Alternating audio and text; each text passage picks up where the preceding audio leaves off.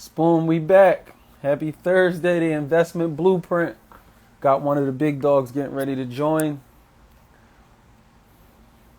Make sure you guys share this with one other person. Share this with somebody. Make sure you share this with your friends and family. We got to let these people get this information. The big homie Mark, shout out to Mark Republic.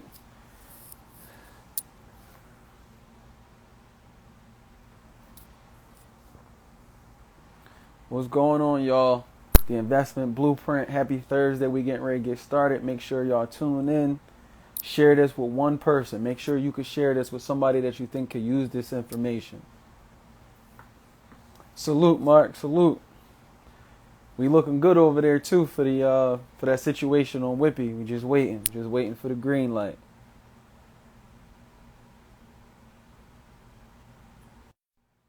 Got the big homie Maurice, Mr. Demosthene. There we go. He's back. He's back. Yeah. What's up, guys? Not much, man. How you feeling? I'm good, man. I'm good, you know. Got a little sniffle here and there, but other than I'm fine, man. All right. Well, don't forget. As long as you don't cough 3 times on a live, we won't have to call the people on you. Right. Calling people on me. Right. Nah, man, but glad to have you, man. For people who don't know, this is Maurice Demosthene, Philadelphia, West Philadelphia, own licensed agent. Well, now licensed agent with Realty One. He was with Keller Williams. How many years you do at KW? Like 4 or 5 years with Keller Williams? Okay. But how long you been in the business? About 15 years. Woo, 15 years, man. So I mean, let's start with that. But go ahead, just introduce yourself. Let the people know, who you are and All right. where you I'm come from. Christine. I'm originally from, I was raised out in like Southwest, Derby area for a while. I moved out to West Philly later on in life. Been in West Philly since. Do a lot of business in West Philly. Um, so I'm local to the area. I know the area really well. At least my town. Yeah, so I got my license in 2005. Yeah, May 2005. A couple years before the recession. Right. So I was part of that cycle. I saw that, experienced that, knew what that was. I was actually in college during the time, and I was, got my license selling real estate while in You got your college. license in college. Yeah. I was selling a house. Okay. Yeah. So I was definitely, trying to get my thing going. At the time, though, it was crazy because there was a lot of investment houses we were selling. A lot of like 30, 40, $50,000 houses. So it was Real hard. easy sales though. Oh, no, it wasn't easy, my man. Oh, it wasn't like the money now, like you could just Oh, grab no. and go. Oh, no. It was always a bunch of headaches. That's when, we didn't know how to clear title like we know how to clear title now. We didn't know how to move. Okay. So it was a lot of different strategies that we had to learn as we bumped along the road to kind of make it work. But overall, like, we figured it out, kept moving. After college, I got recruited by a marketing firm. So I tried that for like 2 years, 3 years. I was still selling real estate on the side. Then I realized that wasn't for me. No. Corporate life is just, I mean, I can move around in it, but that's not, like, my heart was in the streets. I was just thinking about the houses and how I need to move and help my clients and moving forward. So, so rewind a little bit back, right? So I got my license, being in college. Really, I always wanted to be an investor. I had no idea or desire of being a real estate agent, right? I didn't even know what a real estate agent was 100% when I went to real estate school. I was just looking for guidance. I was trying to find, okay, what's my next step? How do I, right? So I went to real estate school, which you do, right? You go to the place that teach you about real estate. Right. And you go to school, and it teaches you nothing About being an investor. about being an investor or being an agent for anything. It just teaches, and what the things usually, with the background, the history of this and that, and what not to do, Right. right? Couple state laws. Right. And some theory and practice and stuff like that, right? So then I got my license. Then I connected with a broker. My first broker was Long and Foster Media, because I was living that way at that time. So we did that for a while, and it was good. It was okay. But still, I spent like 5-6 years not being an investor, just being an agent, trying to work my way up to save enough to have enough to just make it, you know, and being an investor, you know. So so for about like the last 9-10 years, we've been investing pretty strong. But it You know, took you about 7 years just to get in position to well, be an no, investor. like 5-6 years to really be in position to say, okay, now let's do this. Like, you know, if I bought my first one, you know, that one, you know, was that one for that year. Then it was like, okay, the next year was like 2 and 3, and then it just But started trickling. let's start with that first. So like what triggered you initially like to go to real estate? You said just you wanted to be an investor. That was where your heart was. So you went to real estate school back in college. So in college, like what class, what person, how did you even get real estate on your radar? So again, I knew that they had real estate classes, right? So okay, I wanted to be an investor. I wanted to get into the game. You know, dead broke, had no money, right?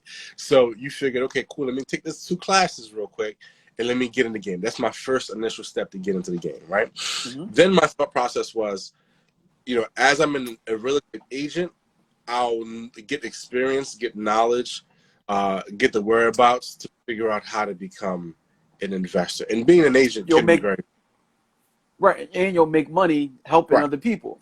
Right, exactly. And I was good at it. I am good at it. You know, I'm good at Right. being a, like, you know, Okay. so it wasn't a hard thing to do because, you know, you start, you know, negotiating, you know, representing your client, doing your best interest for your client, you know, so I pursued that more. Then I lost the focus of being an investor, you know. So okay, cool. Now let me go after this level, and this level, and that level of being an agent. And it's good. It definitely is good being an agent, but that wasn't my true passion. My true passion was to become an investor. Okay. So, but being an agent put you in that room, got you started, and from there you were able to grow it. So, like, talk about that first deal. Like, how did that first deal come about? How'd you finance it? What did it look like? Were you successful? Yeah. So that first, I think the first deal I got was, I still own that property to this day, right? Um, Actually, no, that's my second deal. One I bought while I was in college.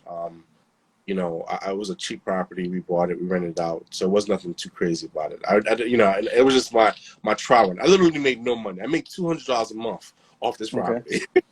But Right? it was positive cash flow. It was cash flow. But look, right? I sold that property, I think 8-9 years later, and I made like a good amount of money, you know, later on. So no regrets there whatsoever. But my first, like, one that really pushed me in the direction of saying, you know, let's really pursue this, being an investor, being a landlord. I would have to say it was a triplex in Overbrook, where the lady called and said, you know, I want to sell the property.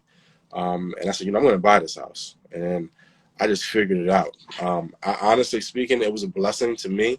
I thank God for it Mm-hmm. to this day. I still own it.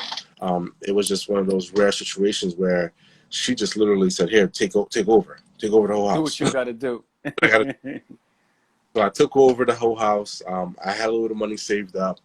We demoed, we renovated, we made a mess. Okay, like it was the first project that I was, you know, fixing up and trying to make Hands it on. hands on. It was a total nightmare. Okay, it was, I made mistakes left and right. Okay, you know, I was exposed to it by working with my other investors, but when you're in the trenches, it's something totally different. You know, totally different. So, actually, I So I went back a couple of years ago to fix all the mistakes I made on that right. property. So I take it you learned early on with that property, like you didn't want to be the guy to do the renovation. Oh yeah, definitely, definitely. For me, Oh, for me, it was always this, right? It's always like, what's the?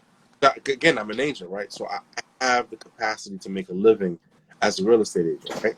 So I'm gonna trade up my time of losing sales or fixing up this one house. That's not necessarily going to equate to the amount of money I was making to sell. You know, mm. so it was always a balance of, you know, do I give it up, you know, when I'm not making enough, or do I keep doing what I'm doing that's holding me down, and yet let somebody else make money, and then I'm still making more doing what I'm doing, and they can go ahead and do the job. You know? So that's when we talk about highest and best use of time and what is your time worth. So Right. I was at a mastermind this morning and we talked about just our everyday life, some of the things that we can remove from our plate. And it's not an issue of, hey, we're above any task, because don't get it twisted. Like, especially starting out, you do got to get your hands dirty. You do got to start out at the bottom. So I remember when I first started out, I was doing the painting because it saved money. I was getting my friends to help me. You know, I'm collecting trash. I'm going every time it's an issue. I'm going to the house like I could fix it, knowing I don't know how to do it. You know, Right. all I'm gonna do is go look and call somebody. Right. But you know, as you learn, it's like, I need to know what all these things are to figure out if I enjoy doing it, if I like to do it. And then, you know, hey, but question is, can I pay somebody to do it and Right. still make additional money and pay them a fraction of it while I still make my money? Exactly. Exactly. Can you leverage the position to make it make sense for you? You know. So Right. yeah, I agree with you on that 100%. And that's the type of tip I was on for the initial property. And ever since then, I think I had one property where I painted it myself. You know, other than that, like We're I not typically, doing it, right? we're gonna figure it out, get somebody else to do it, you know, and keep it moving. Okay. But with that first property, like you said, you were in position, you were there. So I mean, how long from there did it take you to get from, all right, I did one, I did two? And I mean, when I talk to you now, like right now, how many properties you working on right now? And probably on my own, probably like 7 or 8. And then, and if you don't mind, like I know one of them is a quadplex, or the one on, what's that, on Walnut, Chestnut? Yeah, yeah. One of them's quad. It's actually three. It's three of them. Quadplex on Walnut, right? Okay, It's so you're one of them, working on multiple multi units. multiple multi units. Yeah, and actually another duplex. Uh, Two more single families. Um, we're buying another multifamily, right? Um,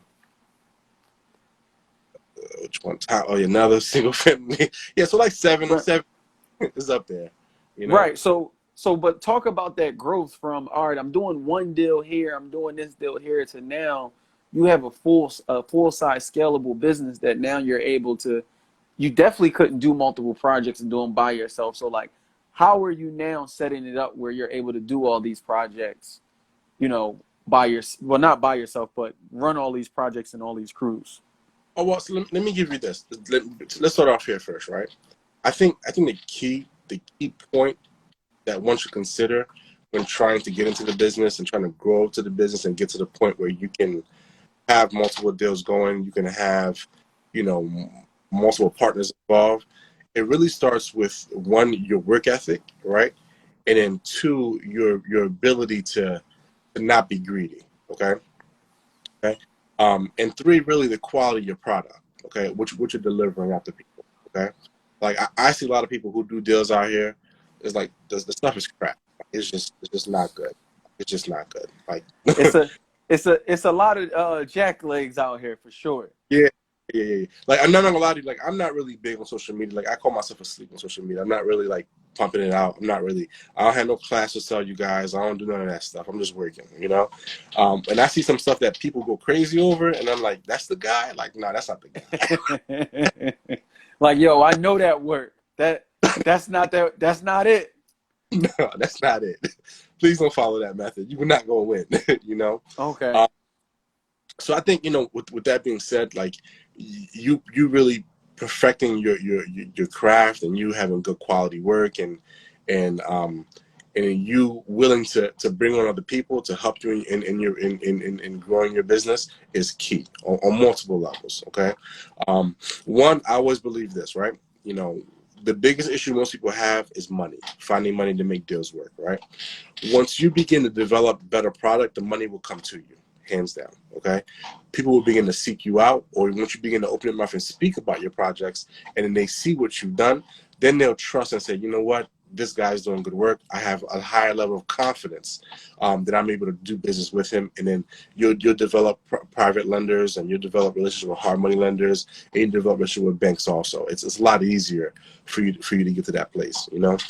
But you know, from zero to where I am now, you know, it took a risk. Like, you know, I was able to buy, you know, I think like 3 properties, you know, in that time frame, before I really got heavy into flipping and it was able to get private money. And the first 3 were cheap, you know. The one I told you, the cheap people said, yo, take care of the debt, deal with it, fix it up. The next one I bought was like 20 something thousand. I fixed it up, you know, rented it out for a while. Then the tenant bought it from me like 3 years ago. The other one, you know, I fixed it up again. That one I slow walked. It took me almost like 9-10 months to fix that property up. But then I developed a track record. So developed a track record, then it was easy to get hard money. Okay, I know a lot of people frown on hard money lending. I still use it to this day. I consider it to be a partner in the deal. Like, that's all it is, you know. So they get their portion, I get my portion. They allow me to keep doing more business, and then for that they get compensated. Nothing wrong with that at all. And I've seen guys who don't do a deal because it's hard money, you know, and I'm like, well, you're still losing profit. Like, the profit's still there. Like, you don't not do a deal. You got to pay a fee, you know? Excuse me. You're good. You're good. So, like, even with that said, like you said, just having good work ethic, being, what's the word? You know, being dependable. And as you start building your reputation, the deals come to you, the money comes to you, kind of thing. But just starting out, I guess, like, what advice could you give maybe a new person that's trying to get that first deal, trying to get that second deal? And it's just like, I know I struggle with talking to some of the newbies sometimes, because it's like, yo, I got this 10 grand, 15 grand, and then I got these, I just want to go look at all the houses I could look at. Right. Like, how, like, help out the new people. Like, how do they need to position themselves so they can, you know, come out the gate ready to swing? Because the deals go quick. You don't have time to keep sticking your foot in and sticking it back out. It definitely do. I think, like, newbies, right, you definitely got to put yourself in position. 100. You can't be at a place where it's like, I'm figuring out I got 5,000-10,000. It doesn't work. Okay. I think for a newbie, if you're gonna go the hard money route, you need roughly like 20 to 25,000 to make it work, in my opinion. Okay. And then most hard money lenders won't give you funding because you're new. So you got to find one that's specific. That's gonna let you do funding, and it's gonna vet the deal and not you. Right. Okay? They may charge more. It's okay. Pay the premium. You know, they might be at 50%. Pay to play. Pay to play. It's okay. You're putting your time in, and you're doing what needs to be done. You know, you can't play this game as, you know, what I'm making this year. You got to think about how you're going to build stuff for like 2, 3, 4 years down the road. Because if not, yeah. So we gotta. So don't worry about the first deal per se, or not worry about it. But the more important thing is, don't worry about the large margins. Don't try to hit a home run on the first one, because you're building your resume and your rapport, reputation. Exactly. You'll get better over time with the points, the interest rate. But you got to do one. You don't do one, you're not going to get any more. Exactly. Yeah, exactly. So it's not about, you know, I need to make this to make my year or replace my job, my 9 to 5 immediately. It's about building the track record so that, you know, next year you can do not one, you can do 3 or 4, you know, and then build it that way. You know, I've done deals where it's like, you look up, you know, you made $7,000-8,000 from it, you know, and you didn't plan for that, right? That you thought it was a 20,000-25,000 spread, but at the end of the day, something happened, something you unforeseen, lack of experience, you didn't know. It is what it is. The most important part you got to keep in your mind, though, is that lender, whoever gave you the money, they have to be good, okay? Because you could take a loss from that deal, but the next one, you're going to make it up. You're going to make the profit then, you know? Right. So don't go after the whole, you know, don't go after the big bangs. It's not going to make sense, you know? Right now, somebody commented that they used the FHA to get in the game, but they did a FHA under their LLC. No, you didn't. One under LLC and one under a LLC. Yeah, I don't think you can't do no LLC with a FHA. Can't do it. So let's talk about that, right? So I'm an agent. You're an agent, right? I'm about to say something's crazy. Either you're gonna like it or not. It is what it is, right? Some of the most difficult clients to work with is people that want to use and use that FHA, okay? Because they have a certain parameter they're trying to fit, and they don't understand. Deal is really structured for cash buyer. Sometimes, as when you buy your FHA properties, you can't look at it from a flip perspective. The numbers don't make sense. You know, Right. if you and a lot of guys are teaching you go buy your first deal, use your day, then go buy your second deal. You know, buy up. You know that's cool and all, but a lot of times it don't work. Okay, it can happen. I'm not gonna say it's not gonna happen, but it is very very difficult. Your FHA that you should be using it for is really for multifamilies if you can get it. Okay, a duplex, a triplex, very very difficult to do. Okay, so Right. Well, he did say he got multifamilies. I just don't know how he got the two multifamilies well, in that. no, FHA can hopefully the FHA police not really watching me, right? But let's use a hypothetical.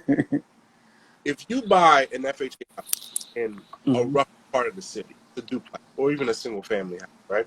You buy it, you live in it, and you rent it out, right? You do whatever you're doing to it. A year from now, you say, you know what? I don't really want to be in this neighborhood, or I'm getting married, my wife don't want to live here, or I need to move my kids to a better school district, or I got kids now, the house is small, right? Or whatever it is, right? You can actually go back to your lender and say, you know what? I want another FHA loan, but this time I'm not buying in the same area. I'm buying in a different area in a different type of house. They're like, cool, they'll give it to you. Okay. There's a person also. So yeah, you can definitely do it. Okay. Just gotta know how to maneuver. But you said Hard. something earlier. All right. No, I It's was very saying you go said ahead. something earlier where people who were looking to buy investment properties, trying to sneak the back door in with FHA, it's challenging for the simple fact that again, these houses FHA that fit the criteria to pass FHA inspection, Right. you're going to be paying the premium because you're doing the minimum down payment. You're not going to get the minimum down payment and the house with the equity, and now you turn around and try to burr it or do some of these other hat trick moves. Like, nah, like you said, get the duplex triplex minimum down payment, collect the cash flow, let that be on your portfolio. So now you can start buying under the LLC through the hard money lenders or however you're going to fund the next deal. Exactly. Exactly. Exactly. And then another thing too is too when you're doing this, obviously, hopefully your credit is important. You got to get your credit up. Pay your Pico, your Verizon bill. For you, what would you suggest in regards to building wealth? Do you think it's flipping or buying in whole, and why? Both. Excuse me. So, wealth, in my opinion, is like wealth is a thing that you have some zeros behind your name, but you can't touch it. That's how I see it. You know, so you got some stock to you, but you don't necessarily have it available to you. You know, so when you are out there, buying these properties, you're flipping them, you rent them out. You gotta. It's all about managing debt. That's what it really boils down to. You're gonna play that game, okay? So you're gonna buy enough rentals, okay, where it helps you with the passive income, and as you acquire debt with these rentals, your cash flow goes down, okay. In the flipping game, it's not all about just flipping the money and then taking it and spending it on a new whatever, right? You gotta flip the money and then be smart about it, and over time beat down the debt that you have on your rentals to help you Okay. sustain. If you don't do that, then the truth is the debt on the rentals won't allow you to be free. Okay, because the way it's structured, You know, I see guys out here who's doing, you know, they buy a house, they'll buy it, fix it, rent it out, VRRR. They'll pull out 70%, 75%, 80%. And you put money in your pocket. It all sounds great. But what happens is that monthly payment versus what you're bringing in, after a while, will make sense. You know, if you see, these are real numbers, right? If you see, you know, you got a triplex at $1,000 a unit, you're bringing in $3,000. I mean, that's great, right? But when your mortgage is 1,800, you're like, oh, damn, 1,800, okay, right? But then the taxes got to get paid, insurance got to get paid. That's not part of that 1,800. Something totally different, right? Right. So it's gonna call you in 2 months, yo, the refrigerator not working. That's $100. The first one's gonna call you, yo, there's a water leak in the basement. That's $1,000, right? The third phone will call you, the roof is leaking. That's $1,500, Right. right? So stuff's gonna happen. That $3,000 will turn to $600 quick.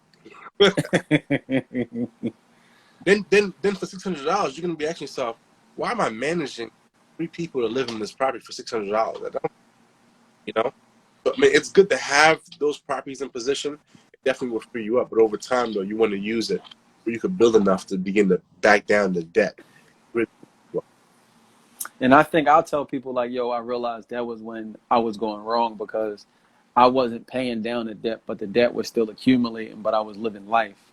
Oh And then yeah, it was like, as the expenses keep coming, then the property expenses come, but right, personal expenses, you like, I'm doing all this work, but I ain't seeing really no bread. And I got to keep working. I got to keep chasing the next deal. right. So, We all made that mistake, right? So let me give you a trick that I do now, right? I recently started this probably like 2 years ago, right? You buy a property, you know, it brings in, let's say you positive $1,500 a month on this property, right? That $1,500 a month, do not touch it for a whole year. let that just keep hitting the account. Let it hit the account. All that, the slush fund, the emergency fund, the what the hell fund, the whatever, like they coming for me fund, like it's there, okay? It's Right. it's it's the cushion for that property, okay? Then after that year is up, okay, don't forget you're in this for the long haul. You're not doing this just for tomorrow, right? Right. After the year is up, 9 months, whatever you want to do, right? Then you start to add that to whatever, you know, you're living off it or whatever it is, you know? But if you start like from day one, I made that mistake, man, listen, you know, got a property, you know, rent it out in August, September rent come in. Listen, I got the first, last, and security spent within the first 2 weeks, right? August spent, all of it gone. And when they call you like, yo, and December hit, and yo, the heater's out. You can't leave these people without no heat. They pay you every single month. You have Right. to fix the heat. I'm like, yo, I'm gonna find $4,500 real quick. You Oh, know, let me go look in my closet. There go to $4,500. right? You know, so you don't be that guy. Don't be that guy. You know. Well, now I think that's the thing, like you said, with the social media, a lot of people don't talk about the back end to it. And like even with the flips, they like, yeah, I cleared 80 grand. No, what did you net? Like big homie LeVar say it all the time. Like, let's talk about what you net at the end of the day because Uncle Sam got to get his. You had some other expenses. Everybody has them. You know, it's not always a home run, Right. but it lets you, like, that's the part I love about real estate. Every time I get frustrated with it, something happens and it lets me know, no, you doing what you're supposed to do. Just keep Exactly. going. The next one, and you just keep building, keep building. Keep building. You're right, because you know once you sell a property, they give you something called a closing disclosure, or a HUD 1, right? And then Mm-hmm. check may say 80 grand on the HUD, right? But put down 25%. You forgot you paid a year's worth. You forgot that you've been paying interest on this property for 7, 8 months at $1,200, $1,400 a month, right? You got all those expenses, right? You forgot everything that you did, you know, and then you're like, oh man, I made 80 grand. No, big homie, make 80. You know, you take that 80 grand, you're like, cool, I'm gonna flip it into this property. I'm gonna go here, and then the next, you know, at the end of the year, you're like, Mr. Uncle Sam, like, yeah, you owe us gains. You're like, what? That's a real thing, you know. You got to be smart about it, honestly, you know. And I think again, walking into this, you know, can real estate change your life? in real estate, offer opportunities that I think a lot of industries can't offer you yet. However, whether you're flipping, whether you're renting, whatever, being a landlord, you cannot look at this business as like, get in and get out. Do it this year. No, no. You got to really plan for 2, 3, 4 years. Really, it really is a 3 to 4 year plan. Um, um, a guy that we know very well, Malik Carter, says, "Listen, man, you want to get into the game, get busy. 10 years later, you'll be a millionaire." He's right. He really is right. Like, it takes time for you to build that net worth up and to have all in place. And in real estate, a guy tell you, "Yeah, I'm a millionaire." Don't. That's not. That's not it. It's not it, because again, the money's the millions in equity. It's not in cash, right? Right. But you can move it around. You can do what you got to do, but like you still not like I don't know how these guys don't ball like how they ball. Like I really don't. Something not getting paid. Okay. Teaching the courses, man. You got to teach the courses. Well, no, something not getting paid, fam. Taxes not getting paid. Light bill not. Something not getting paid. I'm being honest with you. Something not getting paid. Okay. Well, so you told us about being an agent helping you. Like, can you touch on for you, like, how have you now structured it with your contractors? Like, so let's talk about how we find good contractors, and let's talk about how do we find good deals. Well, okay. So now for me, it's a little bit easier to find good deals, right? Because your name circulates, people know you. They'll definitely like, hey, listen, they'll just throw a deal your way, right? In the beginning, it was a lot of networking, a lot of shaking hands, scouring the MLS all crazy, connecting with wholesalers, and then I'll say this too, right? For someone who's looking for a deal, what you should do is this, right? And whether you're renting, flipping, or whatever it is, you need to focus on the area that you want to be in. Okay. So for me personally, I'm a West Philly guy, right? I do a little Brewery Town, I do a little North Philly, right? But if someone brings me a deal for South Philly, these last couple of years, I've been like, I don't even know what that is. I don't even want Right? to talk about it. Talking about it. You bring me a deal from like deep Northeast, I'm not even doing it. Mount Airy, I love Mount Airy. I'm just not doing it. Like, it doesn't flow my matrix. I'm not doing it, Okay.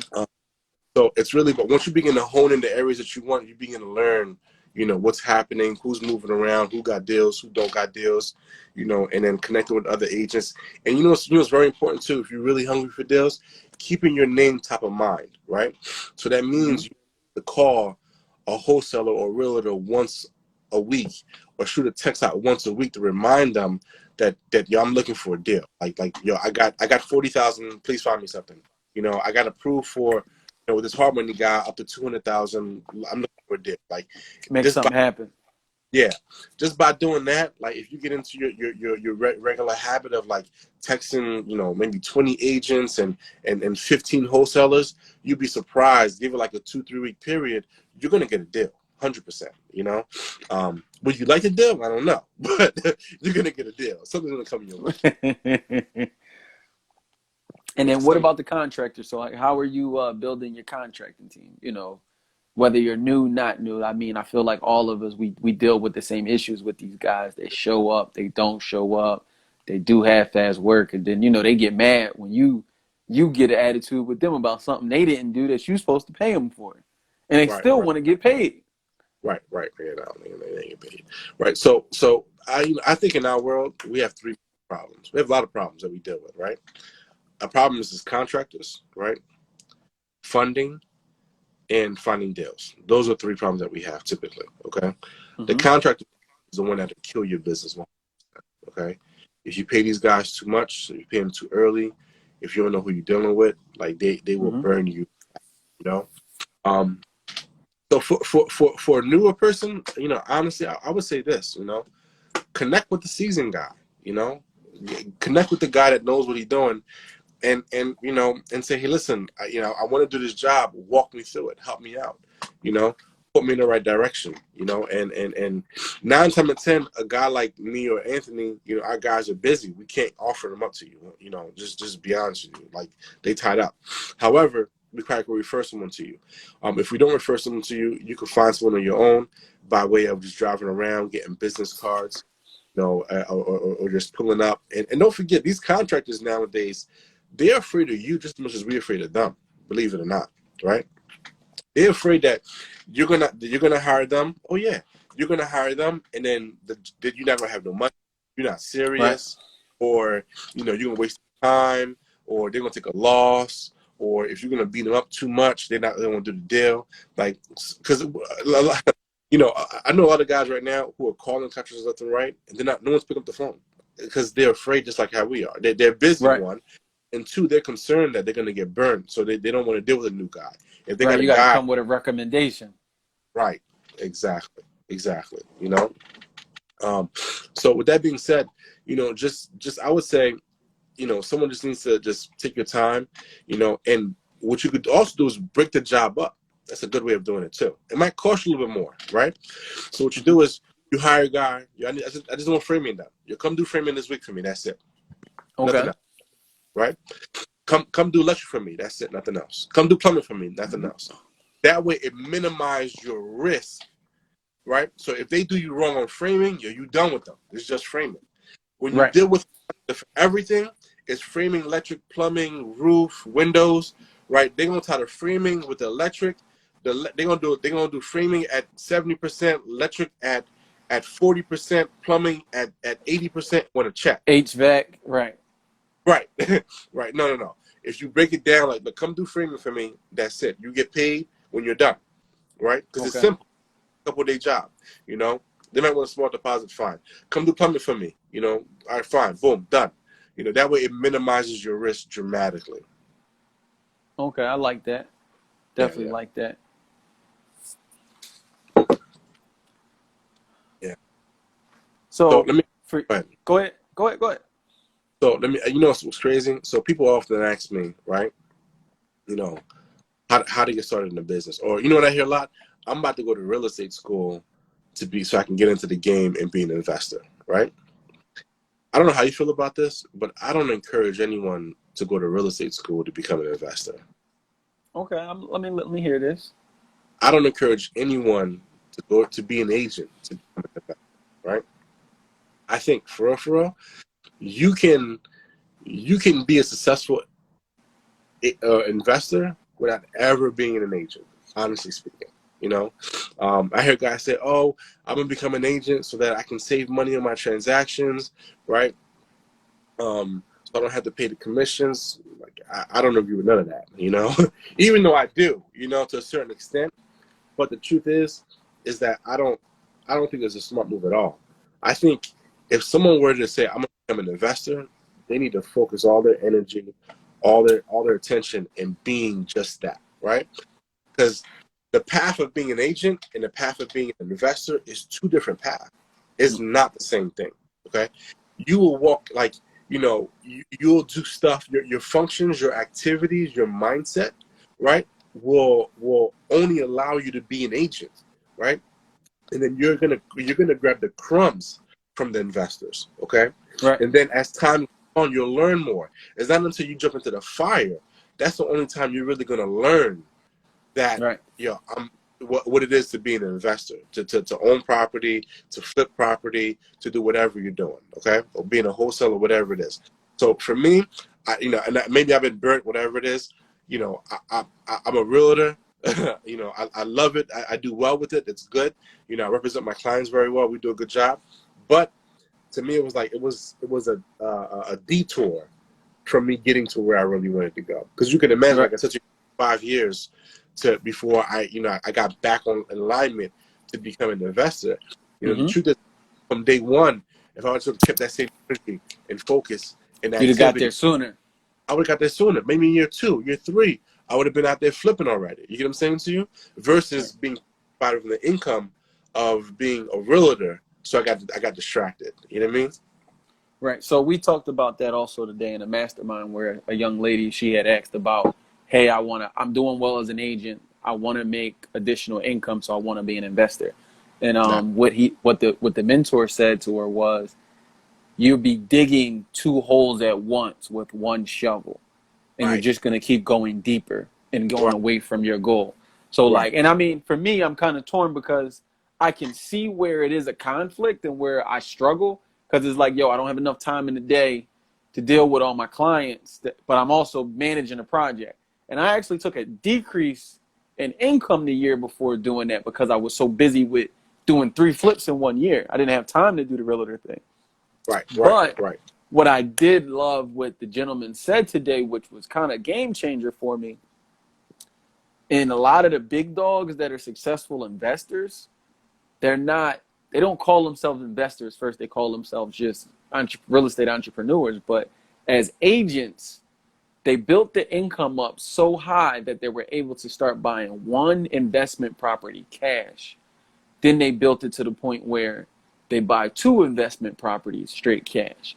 But even to your point, if you focus on that one thing first and take it all the way to its fullest potential before Right. you try to dabble over here, and like that's the thing I told people in one of my free videos I did, where I told them my biggest mistake I feel like is trying to figure out how to get to where I really want to be. I Right. did wholesaling initially because before I was an agent, I was trying to do wholesaling. I never wholesaled the house until I became an agent. Right. Um, and then I became an agent, so I killed it from it as an agent. So I thought I had hit the bag Right. because Right. as an agent, I was killing them my first year, second year, third year. Well, Right. hey, I'm still doing my thing. I appreciate it. I'm still doing my thing, but That's, I'm working different. Say it again, Reese. I see your numbers. I see your numbers out there. Right. But nah, but but it's like what we really want to be doing versus what we have to do kind of thing. So Right. like even with that is like I know for me I need a new deal. I need another investment deal. Like I'm literally about to sell my one flip tomorrow and it's like, all right, I don't have my next flip yet or my next Right. rental. Right. And it's Right. like I got to learn to structure that time better and even or just I mean I'm supposed to delegate better, but honestly it goes to the like at some point you're going to have to choose. So, Right. and that's why, like, for me, one thing I did give up was wholesaling. So, like, you won't catch me trying to advertise as a wholesaler. But I can do a wholesale deal when I see a wholesale deal in front of me. Right. Right. Right. Right. You know, it's crazy. I actually same path as you. I was, an agent, still an agent, right? I wholesale for years. I mean, I killed wholesaling, like numbers that I didn't even think I could do in wholesaling, right? But then I got into flipping, right? Um, and then what it really boils down to is you having an honest conversation with yourself and saying, Mm. I want to be like, who am I? Okay. Like, and then what is it going to take for me to get to that place? Like, what's it going to take for me to be that person? Like, do you want to be a real estate agent, which by the way, is a good way to make a living? Right? Or do you want to be a real estate investor or whatever you want to be? You may say, you know what, I'm cool, I'm a teacher, I'm this, I'm a social, whatever you are, right? I got this corporate job. I just want to do 1-2 deals a year, right? I just think it's important that whatever you want to be, you put all that energy maximizing that thing, right? And then subsequently, you can go ahead and choose to put your foot in something else. You could Okay. dip something else. You know what I mean? So for me, it's a situation where in the industry that we're in, we're not capped as far as income. We can grind and grind and grind and grind and grind and push and do all that we can do. Like we can be a mega agent if we really wanted to. You know what I mean? I don't have that desire, to be honest with you. I like doing my 25, 30 deals a year. I get them really by referral only. Marketing myself, my IG is whack. Okay, compared, compared to other people, But I've been in it for a while, so I get my clients, and it's cool. Like I treat them well; they get good service.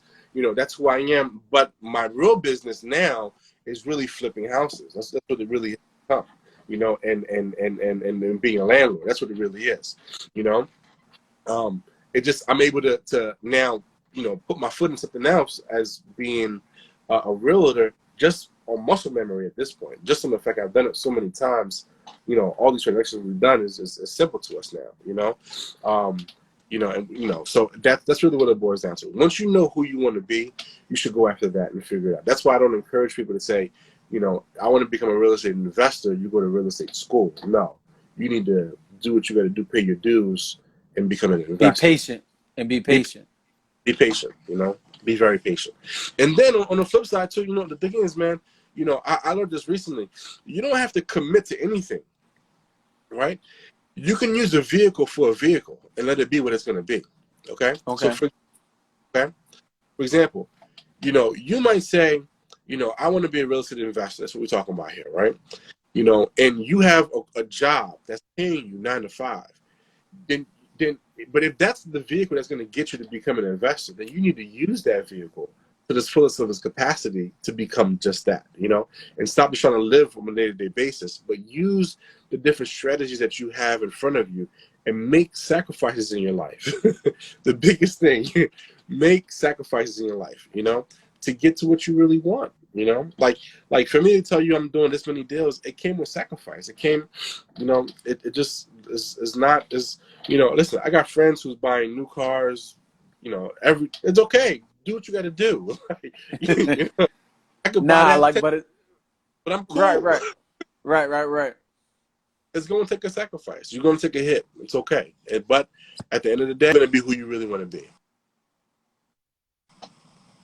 Okay.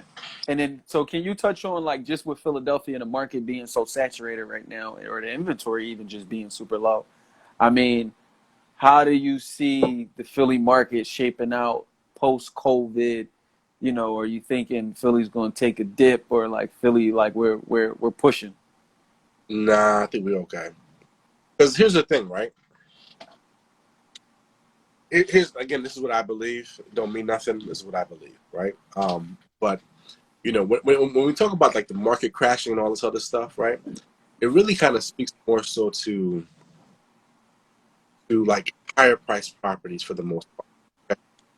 The only concern that we have in Philly, like back, back in the 2008 2010 era, right?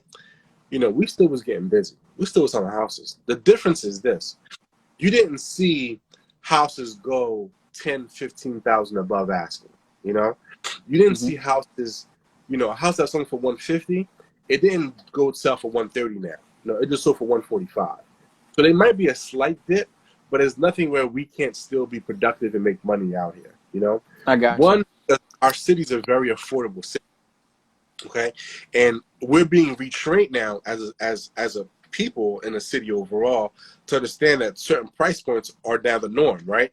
Like I said to you back 10 years ago, 150 was like, man, you overpaid. That's crazy. Now the numbers really like 150 is grandma's house.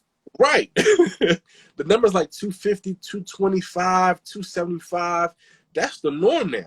for Well, a really right, and I guess it was really 180, like 185 was like, oh, you got a new house. Now 185 is nice, but you ain't getting the basement finished, depending on the neighborhood. 185. You ain't getting central air. You ain't getting a lot, fam. A lot. So it's really like, yeah, and again, because we're an affordable city, the activities, the functions are still going to keep moving forward. Okay. Okay. um we may make a little bit less as far as our spread, but as far as investors, there's still going to be money to be made. Okay? There's still development going to be made all throughout the city. It's not going to. This is going to keep going full steam ahead because again, there's the room is there. So post COVID, post all of this, like I don't see a slowdown for us no time soon. I think the slowdown is going to occur when it's like, okay, this is too expensive now. It's really no one can Okay. afford. No Right, one right, really. right. You know, that's what I think is when like, okay, then we're gonna start to see hits and more foreclosures and this and that, whatever. You know what I mean? So, but as of right now, I don't really foresee that. And even in regards to the affordability, I mean, you see it in West Philadelphia. The areas are changing, neighborhoods are getting names solidified. Cobb's Creek is now down to 55th Street. University City is up to 56th Street. It's getting crazy. So I mean, Right. just in regards to that, I mean, how do we kind of keep our community whole as the black community, and as the original, the people that are heavily concentrated or affected by the increase in price? Not that it's Well, bad, not that it's good, but just, how do right, we? right. Well, I think one, we have to appreciate what we have, right? You know, for someone to say, "Yo, I just what?" It's like, I think we need to come to a place where we look at that and like, that's okay. That's good to have that. That's okay, and understand that, you know, paying that price is not ideal. We don't want that, but it's a different time that we live in. So what I'm trying to say to you is like, the one way to combat gentrification is to say, you know, the offers that are coming in are not all from another people. It's from our people also. Like, we Right. willing to pay for it. We can live. Um, We can afford to live nice too. exactly, and don't be afraid for it. Because even if you think about rentals are up also. Like Right. what I come to time, I'm trying to rent for something for 700. I'm like, where? Like, I don't even know. Like, what can you rent for $700-800 now? I don't even Right. know. But even to that point, those same people that are renting $1,200-1,500 per month, but then frown their face up at the price of a $250,000 house across the street from the house that they rent for Right, $1,500, and their right, mortgage would be $300-400 less than what their rent is. right. Exactly. It's amazing. It really is. you know. So as I'm saying to you, it's like, having more equity, in our own community, and say, I'm going to own this and I'm going to take pride in it. Like one thing, all my rentals, it's a diverse group of people, but it's majority us. It's a majority, a black crowd that rents for me, like 90, 80, 85, 90%. But the thing is, we offer them good properties. We offer them, everything works. We offer them high level everything, so that they're part of the community, and you're not getting cheated by anything. And could we charge more? I don't think so. I think we're pretty much good where we are. But at the same time, it's like, you gotta have the ability to say, I'm going to buy into the community, because the truth is this, right? Houses have to get sold, houses have to move. They just do. Okay. Grandma's house got to go eventually. Grandma's going to get too old. She'll get tired of it. The 3-bedroom house that was good for her, that raised the whole family, is done. She got to move on from it. Okay. Mr. So-and-so who lived on the block, he got relocated. The house got to get sold, okay? And it's really our generation that's going to come up with the mindset of, when we have our houses, reinvesting back into our houses. The old generation didn't have that mindset. For them, it was, the stack pipe broke, we fix it. The window broke, we fix it. The roof broke, we fix it. The kitchen, can you cook in it? It's fine. What you talking about? The floor, holding the floor. Like, what we got? What you talking about? The railings is Right. fine. Like, Get the sticky towel. Get the sticky towel. 99 cents. I feel on the weekend, we good. It's us that'll come in and be like, yo, this kitchen 10 years old. Let's drop 15,000 on this kitchen real quick and make it nice, because we are now keeping our ownership. And we're making the property something that we want to live in and enjoy. So that's another good perspective that we need to have, is when we buy something, don't be afraid to reinvest back into your property. That's the only way that's the only true way we're going to get equity out of it. Because we were told growing up, buy a house, and then when you're later on, it'll be worth more. That's not true. It's not true, right? Because you buy the house, right? And then later on, you only sell it for 60, 70,000. Like, well, wait a minute. How come they getting 200? I'm only getting 80 grand for mine. Because you didn't keep investing in it. Exactly. You got to put the work into the house. You got to Mm-hmm. put the, it's like if you got your job is giving you a 401k, right? And you got, Mm-hmm. I'm good with 401k. No. Every paycheck, right? Something got to go into that for you to be good. Same with the Right. house. Every time, like every couple of years, you got to reinvest, put back into it, make the neighborhood nice, make it comfortable, make it something you enjoy. That's the only way we're gonna keep it. That's the only way. If not, we're gonna allow room for other people to come in and give up a check, and then the house is theirs, and then you got no control over it. Right. Nothing to say. So even with that said, we got a couple more minutes before they cut us out. You got to give us some gems in regards to either some books. What are like your favorite top 3 books that you've read or read, or even podcasts? You could give us podcasts or books. Okay. So, I'm a former Keller Williams agent. Okay. I think this is true for everybody. There is the millionaire real estate agent and the millionaire real estate invest. Gotta read it. Very, very important. It speaks on leveraging. It speaks on maximizing your time. It speaks on just just having the right mindset for the business. Is very, very important. Okay. Um, a business book that I'm currently reading. It's a good book. It's a good read. It helps refocus your mind. It's Soar by T.D. Jakes. Okay, I'm a, it's just I'm a believer, right? So it's just but it's not a like Jesus I book. know It's what you mean. It's not a churchy book, right? right business book, right? But it's a good book. Okay, Okay. definitely help you focus. Can get your mind right. 100%, right? Um, there's the Dip by Seth Gordon. Small, quick, 2 3 week, two week max. Honestly, it's a small book. Okay. Um, the Dip, it just teaches you how not to be afraid to fail and get back up and do what you got to do. I'm not really a podcast guy. I don't really do a lot of that. I do a little bit of YouTubing. You know what I mean? I got my guy. I forget his name from Valuetainment. He's one of my guys. The crazy guy, Uncle Grant. I like high energy people like that. Um, Okay. yeah, but overall, like that those three alone, like that will help shape your business 100%. Gotcha. And then just real quick before they cut us out, what can they be expecting from you in the near future? You got anything good coming up? Oh, we got some fire coming up. Yeah, well, that last flip you just did, man, that buyer, she's still raving about it in West Oh, Philly on Catherine Street, so you killed that. awesome. Anybody that sees Maurice's product, you definitely out here setting the mark, setting the bar. We definitely appreciate you. Stand Awesome. up guy, husband, father, we see you, big homie. We definitely see you. Trying, man. I'm trying. I'm testing something out. I'm doing a project now with this whole COVID situation. I'm doing a house with a private office on the second level, Okay. given trying to meet the demand, so let's see how that work out. I'm spending, for the first time, I'm gonna spend some money on the backyard. Usually, just like put a fence up, put some mulch, whatever. But this Hmm. time, I do it up a little nice. That's one thing I do wish West Philly was more of. I wish we appreciated our backyards like Fishtown do. Fishtown, usually the yard be like this long. You could go out the door, but they be doing dope stuff in their backyard that we don't do. So, I want us to kind of get into that mindset and do that for sure. Definitely. Well, definitely appreciate y'all. Before they cut us out, don't forget, hit the link in my bio, get your investment Need that. blueprint. There you go. And don't forget the third Sunday of this month, we're going to have another first time home buyer event. And of course, you can't forget next Thursday, we got the big homie Dan, the real estate man. He'll be on here tuned in, giving the game about using other people's money with the BRRRR strategy. Again, Maurice, where can people find you at? Give me your Instagram. It's Maurice_D_real estate. Definitely, man. Well, definitely appreciate y'all.